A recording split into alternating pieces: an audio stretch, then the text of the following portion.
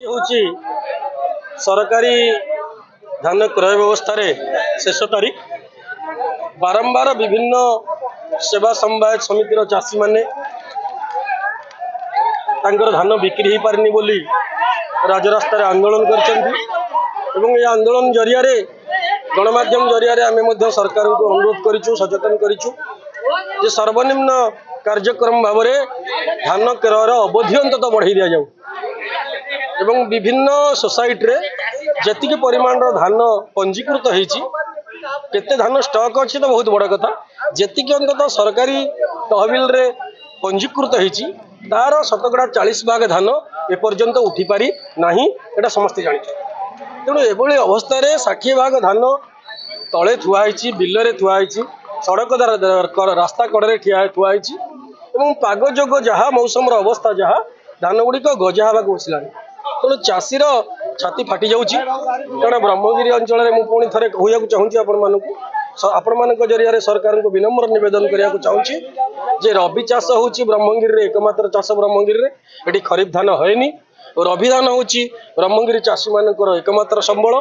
जितेबाला से एकमात्र संबल बा जीविका आज उजुड़ी जबार बसी तेणु चाषी कौन कर राजरास्त बस सरकार न शुणिले राजरास्त बस आईन भांग डीजे गिरफ हम और सर्वशेष आपण मैंने देखिए जो किछि दिन तले सरकार कहते जे ये अंचल लोक दादन जाऊँगी आम सरकार को आसिले दादन को रोकबू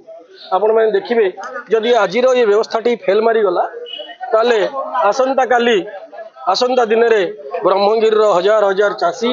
युवक दादन चल ब्रह्मगिर अर्थनैतिक व्यवस्था भुशुड़ी पड़ो लोक मैंने कांगाल हो चाषी मैंने ऋण भार में आत्महत्या करने बाध्य हे तेणु पुणी थे गणमाध्यम जरिया मंत्री को मोहन माझी सरकार को डबल इंजिन सरकार को विनम्र निवेदन करी आज शेष तारीख अंततः सरकार ज्ञान उदय हो सरकार सदय हूँ चाषी मान कृपा करंतु दया करंतु एवं ये अवधि बढ़ू सरकार गोटे घोषणा नहीं आसतु गोटे विज्ञप्ति नहीं आसतु ये अवधि धान किणार अवधि परिवर्धित हो एवं जो कथा से कहते 100% धान क्रय करूँ चाषीर 100% धान क्रय करूँ यही कथा आम ये आंदोलन जरिया सरकार को गणमाध्यम जरिया विनम्र भाव में निवेदन करुचु जदि ये निवेदन अग्राह्य हम ताले चाषी आंदोलन करिवो एवं आगामी दिन में आंदोलन उग्र रूप धारण करिवो भयंकर आंदोलन हम एवं जो आंदोलन पाई चाषी नुह सरकार दायी रही।